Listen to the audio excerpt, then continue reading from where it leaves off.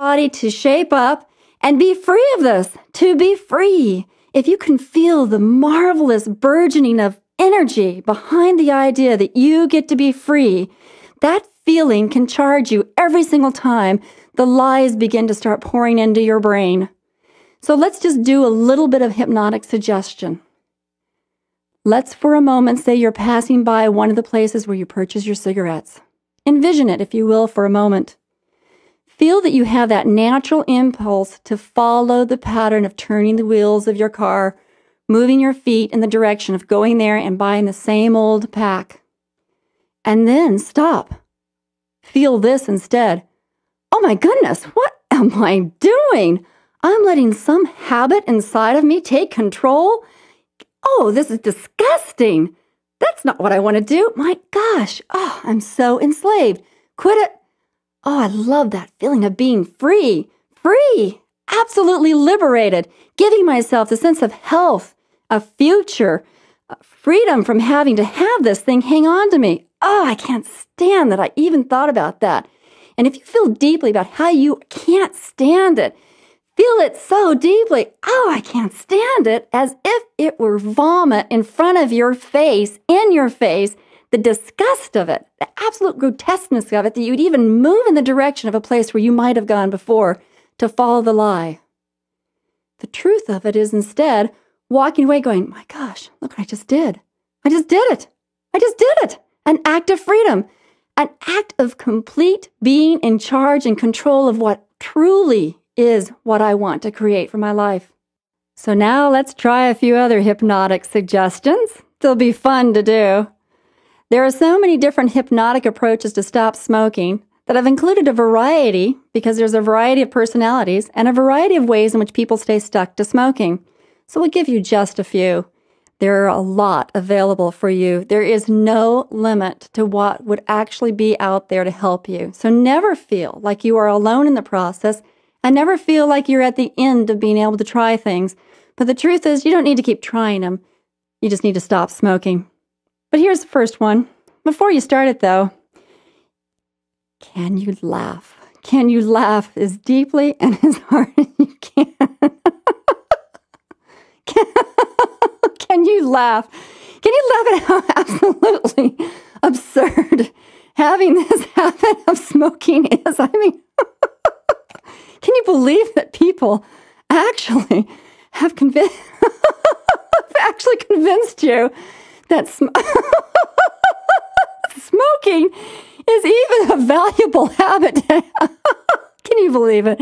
They sit there and they stand around and think that it's all cool. Maybe.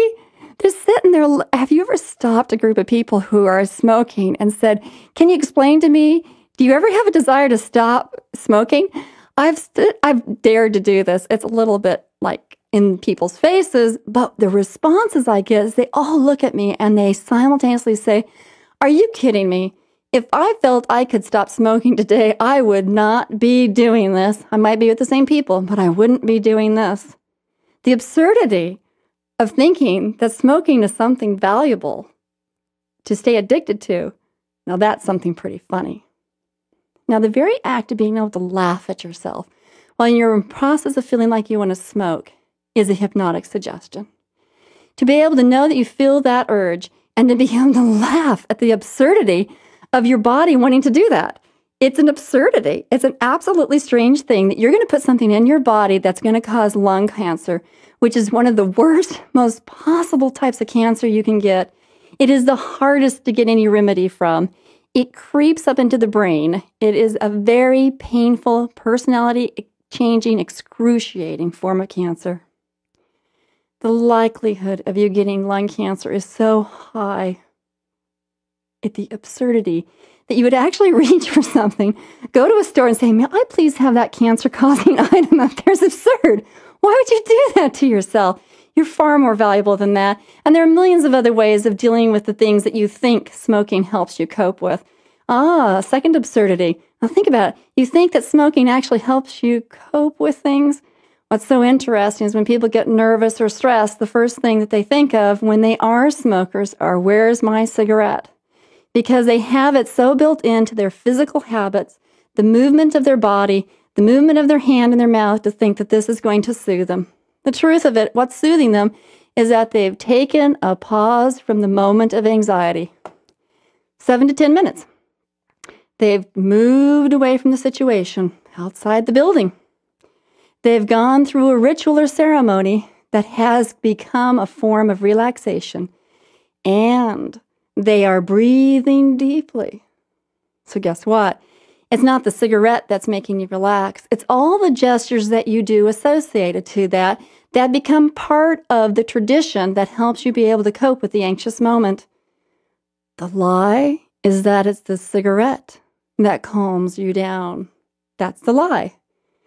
So, attached to that idea, while you're thinking about the absurdity, I can't believe I would lie to myself that way. For you to be able to say that, I can't believe I would lie to myself that way. What am I doing? What am I possibly doing?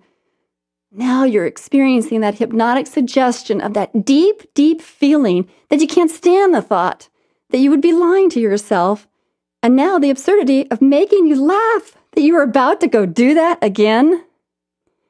All right, so we've gone the approach of laughter. Let's try another approach. Brace yourself on this one. It isn't too pleasant. It's pretty strong and visceral, so prepare. You ever watched someone retch, throw up, vomit? Have you ever had to assist a child or a grown-up in the midst of it? Do you remember how you also wanted to retch at the same time, and all you could do is stop yourself if you needed to help them? And you just had to hold your mouth and just try, and the smell, the stench of it, making your stomach churn and just wanting to get away as far as you can. Do you remember that experience? Remember the smell of it. Remember the experience of it. Now, associate that to what it's like to collect those cigarette butts. A really fun thing to do is to collect all the cigarette butts you've smoked for the last week, and if you've stopped, collect someone else's cigarette butts. That's right, put them in a plastic bag. The stench will kill you. Keep it for a week. Then pull it out of whatever place you have secluded it and smell it, and think of nothing other than the repulsiveness of vomit. Wretched, horrible, yuck vomit that makes you want to throw up at the exact same moment that someone else throws up. That yucky taste in your mouth when you have to throw up. Now smell those old, dank, stinky butts that have been burned in that bag that's been sitting there for a whole week, and just be repulsed, disgusted, can't stand the stuff, have to get away from it, move away, throw it in a trash can that's a public trash can so it's not anywhere close to your car, your home, your place of work. Here's another approach. You're driving along in a car. Do you see any lights? Do you see the red light, the green light, and the yellow light? Of course. Here are some signals that you can give yourself.